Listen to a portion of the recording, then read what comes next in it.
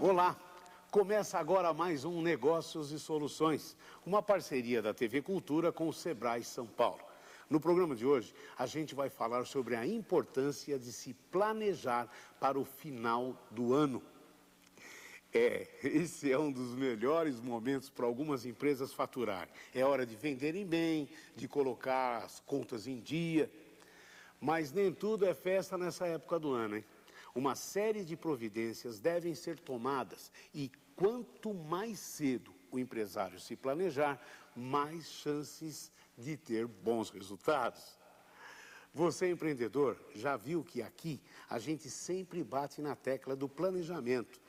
É que isso é muito importante para o sucesso da empresa. Tem muita gente que abre um negócio e não está estruturado o suficiente para gerir a empresa. E aí acaba cometendo alguns erros. É o caso do Fábio, que descobriu na prática a importância de informatizar a empresa dele. Vamos ver?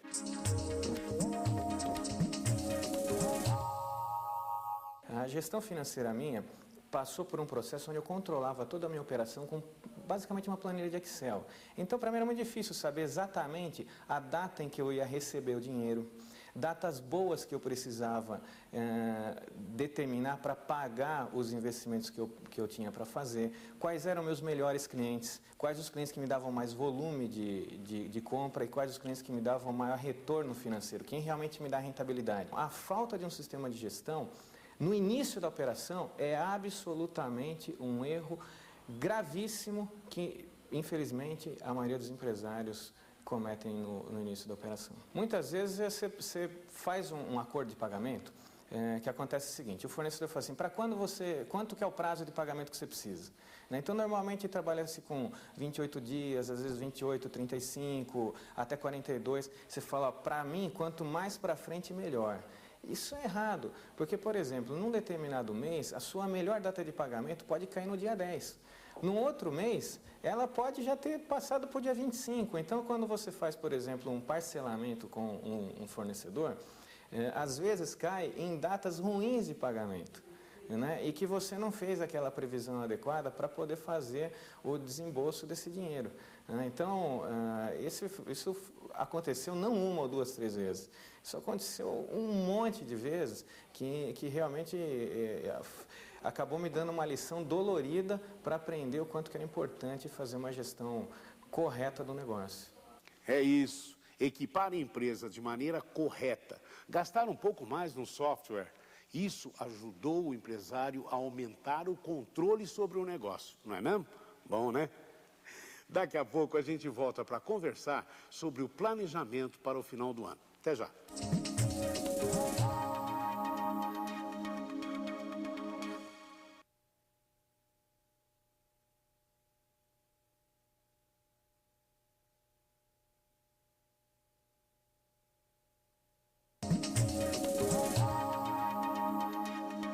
Estamos de volta com o Gustavo Carré e o Renato de Almeida, consultores do Sebrae São Paulo, para discutir esse assunto importante aí, planejamento para o final do ano. E antes de a gente entrar de sola no assunto, vamos acompanhar essa matéria que ilustra bem o assunto de hoje. Vamos lá. Há 15 anos, o Teras Buffet organiza eventos. Tudo começou no quintal da casa da Dona Terezinha. Eu gostava de mexer na cozinha, de fazer essas coisas, e começou. Uma pessoa pede um bolo, outra pessoa pede outro bolo, e começou assim. Hoje ela divide a administração do negócio com o marido, genros e uma das filhas. Com a experiência adquirida com o passar dos anos, eles aprenderam a se organizar para as festas do final do ano. Nós temos já uma noção dos anos anteriores, do que foi consumido, do que foi vendido. Então nós nos baseamos mais ou menos por aí. Outro aprendizado ajudou a empresa a evitar prejuízos.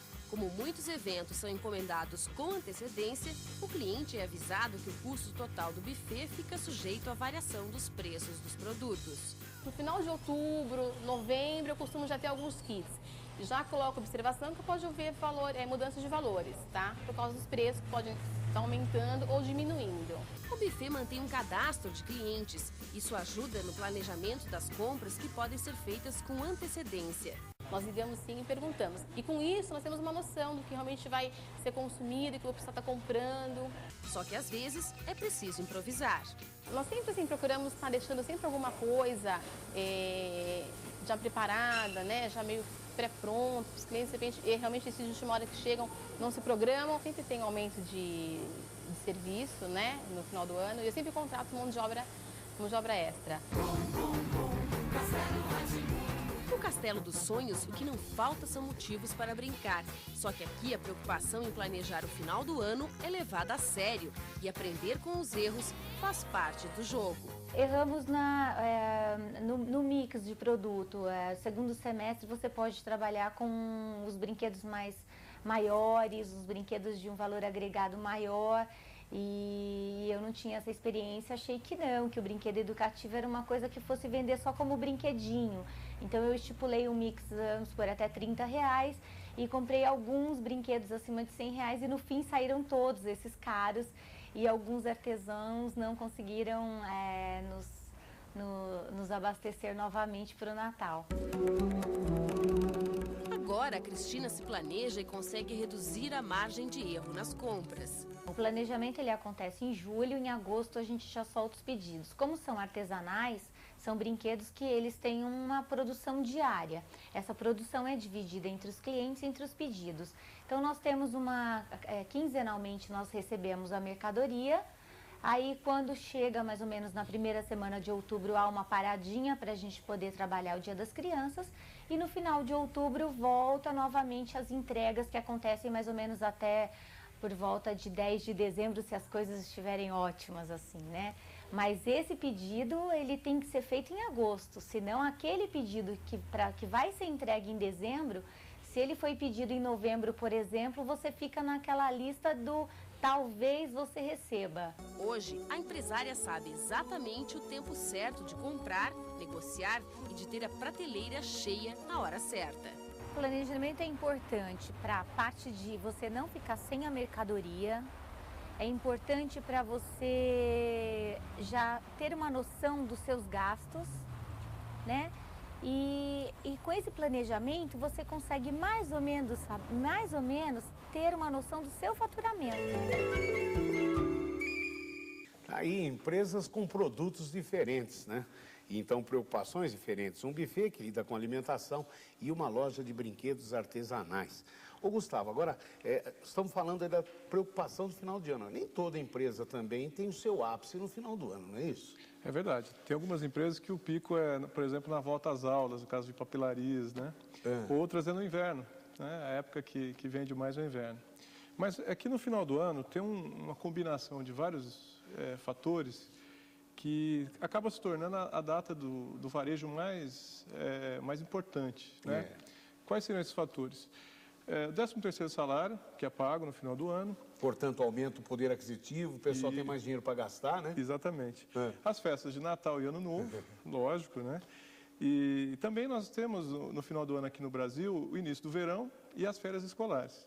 Quer dizer, combinando tudo isso, há um crescimento forte da demanda para a grande maioria das empresas. E eu gostaria de saber uma coisa, os cuidados que a empresa deve tomar bem antes de chegar nesse período, não tenha dúvida, mas quais os principais cuidados que o empresário deve ter nesse momento? Bom, como nós vimos ali na reportagem, uma das principais preocupações são relativas a compras e o estoque para suprir esse aumento de demanda. Mas não para por aí.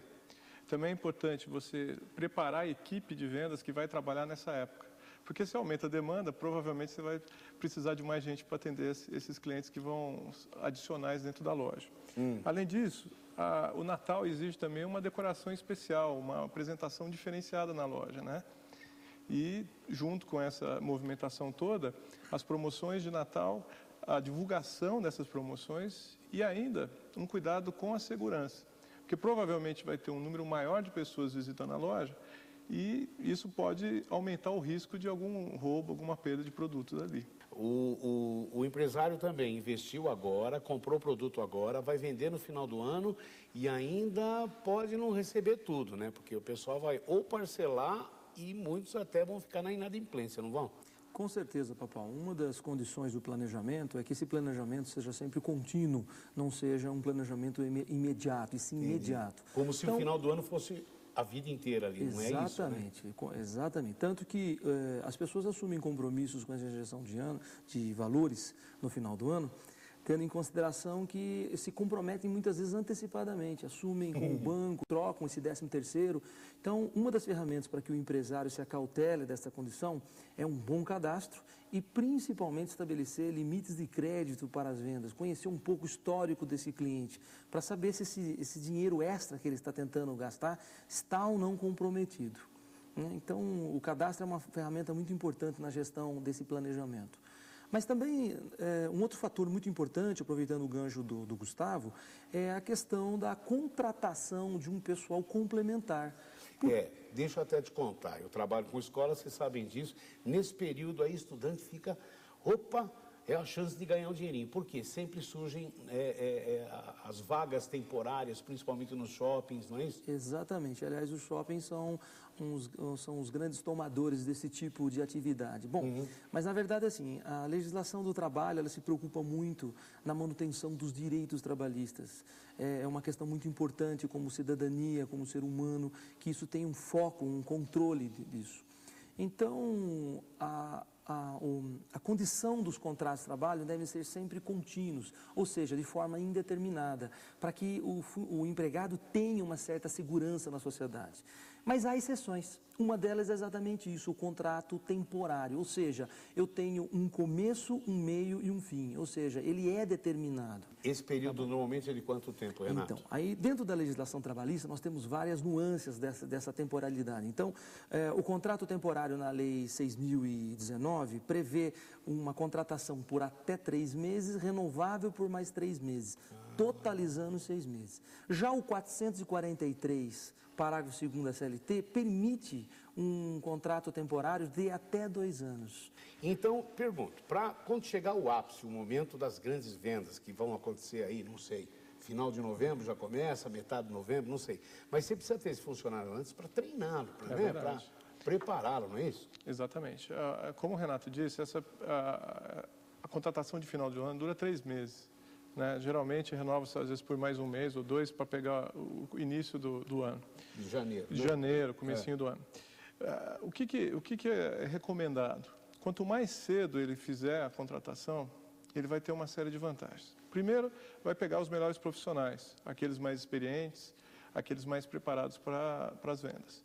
Segundo, ele vai ter tempo para treinar essa equipe nos produtos e serviços que eles vão comercializar e também para integrar esses temporários com a equipe que é permanente, que é a equipe de vendedores experientes. O que eu queria salientar aqui é que dentro do planejamento estratégico, nós falamos em legislação, é um fato muito importante que o empresário observe que hoje o mercado exige uma profissionalização, ele exige um amadurecimento do empresário.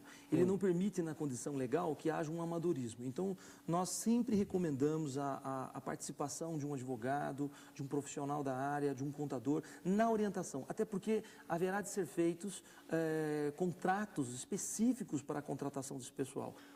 Eu acho, Papal, além dessas questões jurídicas, né? O empresário não pode esquecer que ele vai ter um pessoal ali que não está acostumado com as rotinas, com os processos da empresa. Né? Principalmente na área de vendas, que lida com o cliente, né? A gente não quer perder aquele cliente fiel do ano inteiro por causa de um deslize de um temporário. Né? Então, isso vai exigir que o empresário tenha uma supervisão de vendas mais cuidadosa durante esse período que vai ter os temporários juntos. Além disso, outras dicas que a gente sempre gosta de dar é que ele faça uma escala de trabalho onde nunca sobre na loja somente temporários, que tenha pelo menos um vendedor experiente da casa acompanhando para dar o suporte, para dar algum apoio se tiver algo dando errado. A gente ouve falar a perspectiva de crescimento das lojas, da venda no final do ano, Dia dos Pais, Dia das Mães, não sei o quê, de 20%. Normalmente o empresário acredita nesses índices que são divulgados, porque ele pode comprar menos do que precisa ou a mais do que precisa. Como saber para dosar isso daí, hein? Só a experiência que vai ensinar? De qualquer forma, né, por mais experiente que seja, é sempre um exercício de futurologia, né? Você sempre está prevendo algo, né? Pode ser otimista ou pessimista, né, essa previsão. O que a gente recomenda? Basear nas vendas passadas, no histórico de vendas, mas, além disso, acompanhar muitas publicações, as reportagens, né, pesquisas setoriais que, geralmente, nessa época, por volta de outubro, setembro, né, começam a publicar as expectativas do Natal.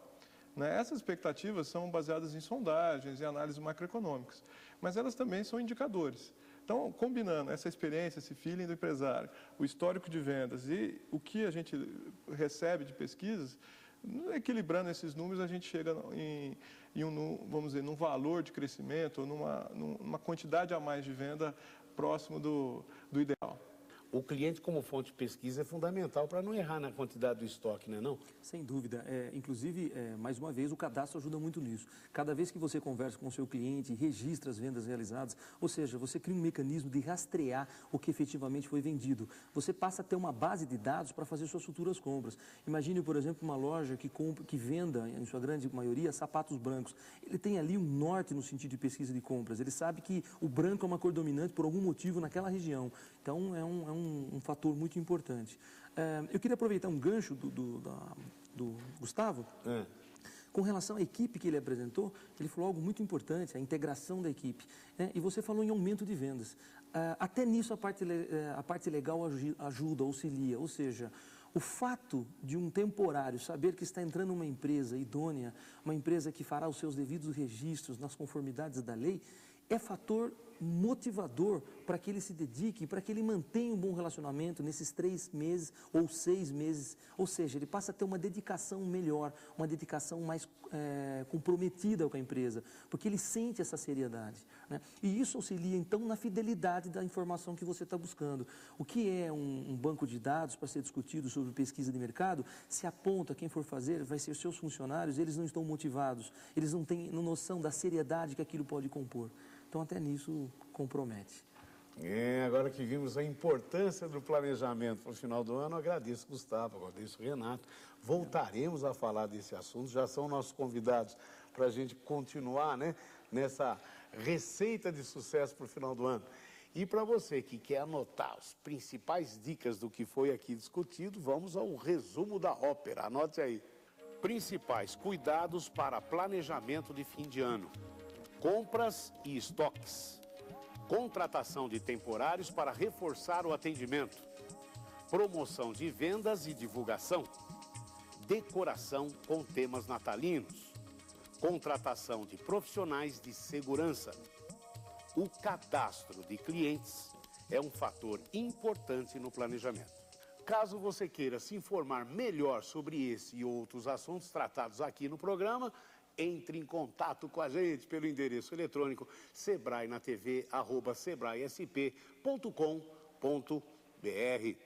Daqui a pouco você vai conhecer a história dos empresários Inês e Valdir e vai saber como o casal escapou de uma enrascada.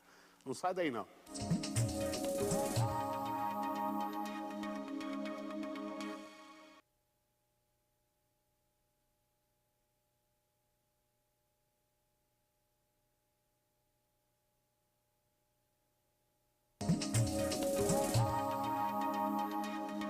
O Negócio Soluções está de volta. Você quer entrar em contato com a Central de Relacionamento do Sebrae São Paulo? Anote aí. O telefone é 0800 728 0202 ou pela internet através do site www.sebraesp.com.br. É a velha história.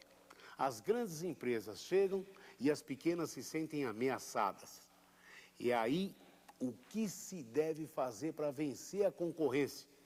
Há uma série de estratégias, como abaixar os preços, investir no atendimento diferenciado, mas quando isso não é suficiente, é preciso união.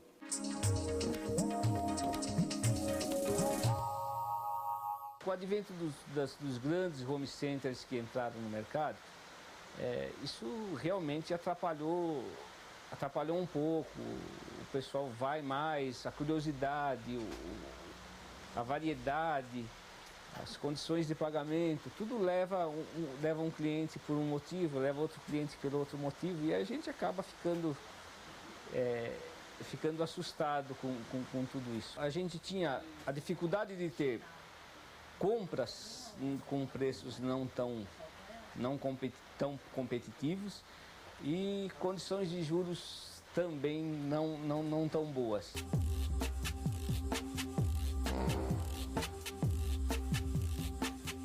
E pesquisando, olhando, assistindo programas, lendo, indo até o Sebrae, a gente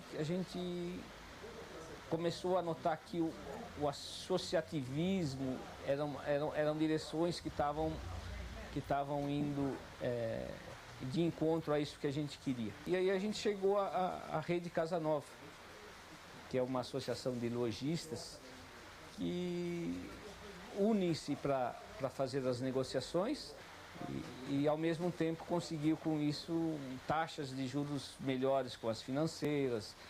Então a gente deixou de ser um só para ser uma peça de um todo. E com isso a gente conseguiu enfrentar a concorrência de igual para igual. Os empresários deram a volta por cima e são satisfeitos com a volta dos clientes. E é claro, nada é tão fácil, mas é fundamental buscar soluções para enfrentar os problemas. Agora, vamos conhecer a história de 3 jovens empreendedores que tiveram de superar uma grande dificuldade logo no começo da empresa.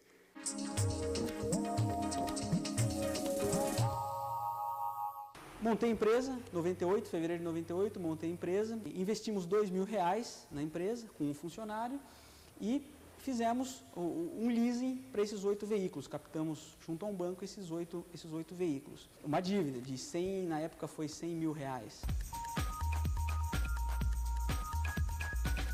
A primeira grande dificuldade que nós tivemos foi em 98, foi em 99, quando houve a desvalorização da moeda, né? Nossos contratos junto aos bancos, nosso leasing, era todo atrelado ao dólar e os nossos recebíveis, os nossos contratos com os clientes eram todos em reais. Então optamos em negociar com o banco, nosso leasing era de 24 meses, acabamos passando para 36, diminuímos a prestação mensal e conseguimos honrar com os compromissos durante mais um ano. Nós não tínhamos dinheiro nem para almoçar, né? Nós passamos, se bem posso dizer, quase fome, porque não tínhamos dinheiro. E a única forma de almoçar seria almoçar no Carrefour, que era em Alphaville, que tinha o lanche a R$1,99. Soubemos aceitar isso nessa época, encaramos como um desafio, apostamos as nossas fichas nessa parte, e hoje realmente estamos aí com a empresa fortalecida. Eu tenho uma frase que eu gosto de dizer muito, que é de um amigo meu, que foi meu primeiro cliente, que ele diz que quem arrisca pode errar, e quem não arrisca já errou porque perdeu essa chance. É isso aí. Começar é bem difícil e ficar sujeito à oscilação do dólar foi um perigo. Foi um grande obstáculo, mas com muita negociação eles superaram as dificuldades. A gente fica por aqui. Se você tem dúvidas ou quer mandar sugestões para o programa ou ainda contar a história da sua empresa, entre em contato pelo portal do Sebrae São Paulo. O endereço é www.sebraesp.com.br. Lá estão todas as informações sobre os assuntos tratados aqui. Obrigado pela sua audiência. A semana que vem a gente volta. Até lá.